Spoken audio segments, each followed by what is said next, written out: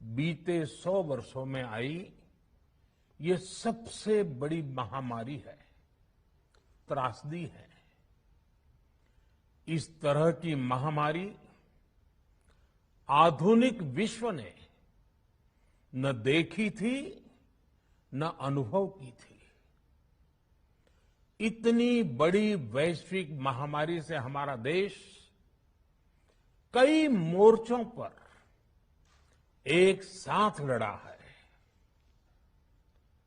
Covid अस्पताल बनाने से लेकर आईसीयू बेड्स की संख्या बढ़ानी हो, भारत में वेंटिलेटर बनाने से लेकर टेस्टिंग लैब्स का एक बहुत बड़ा नेटवर्क तैयार करना हो, कोविड से लड़ने के लिए बीते 1.25 साल में ही देश में एक नया हेल्थ इंफ्रास्ट्रक्चर तैयार किया गया है। सेकंड वेव के दौरान अप्रैल और मई के महीने में भारत में मेडिकल ऑक्सीजन की डिमांड अकल्पनीय रूप से बढ़ गई थी। भारत के इतिहास में कभी भी इतनी मात्रा में मेडिकल ऑक्सीजन की जरूरत कभी भी महसूस नहीं की गई। इस जरूरत को पूरा करने के लिए युद्ध स्तर पर काम किया गया। सरकार के सभी तंत्र लगे। ऑक्सीजन रेल चलाई गई, एयरफोर्स के विमानों को लगाया गया, नौसेना को लगाया गया। बहुत ही कम समय में लिक्विड मेडिकल ऑक्सीजन के प्रोडक्शन में 10 गुना से ज्यादा बढ़ाया गया। दुनिया के हर कोने से, जहां कहीं से भी जो कुछ भी उपलब्ध हो सकता था उसको प्राप्त करने का भरसक प्रयास किया गया, लाया गया। इसी तरह जरूरी दवाओं के प्रोडक्शन को कई गुना बढ़ाया गया। विदेशों में जहां भी दवाइयां उपलब्ध हो वहां से उन्हें लाने में कोई कोर कसर बाकी नहीं छोड़ी गई।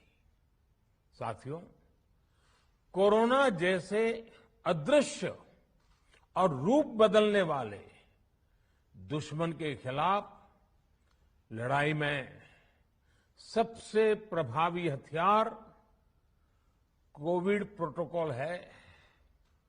मास्क, 2 गज की दूरी और बाकी सारी सावधानियां उसका पालन ही है। इस लड़ाई में वैक्सीन हमारे लिए सुरक्षा कवच की तरह है। आज पूरे विश्व में वैक्सीन के लिए जो मांग है उसकी तुलना में उत्पादन करने वाले देश और वैक्सीन बनाने वाली कंपनियां बहुत कम है, इन्हीं गिनी हैं। कल्पना करिए कि अभी हमारे पास भारत में बनी वैक्सीन नहीं होती तो आज भारत जैसे विशाल देश में क्या होता।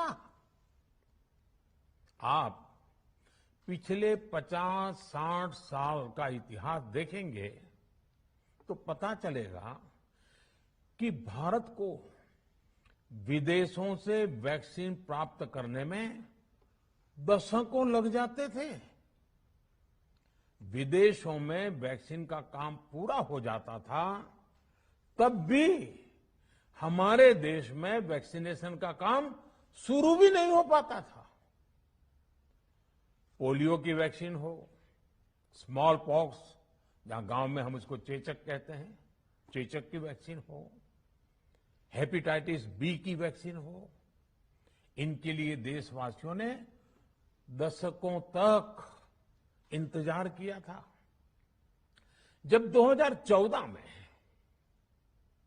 देशवासियों ने हमें सेवा का अवसर दिया तो भारत में वैक्सीनेशन का कवरेज 2014 में भारत में वैक्सीनेशन का कवरेज सिर्फ 60% के आसपास था, 60% के आसपास था।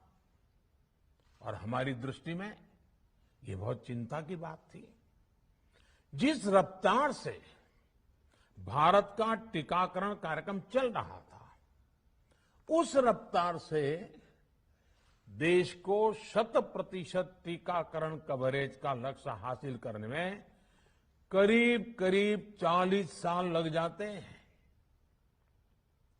हमने इस समस्या के समाधान के लिए मिशन इंद्रधनुष को लॉन्च किया।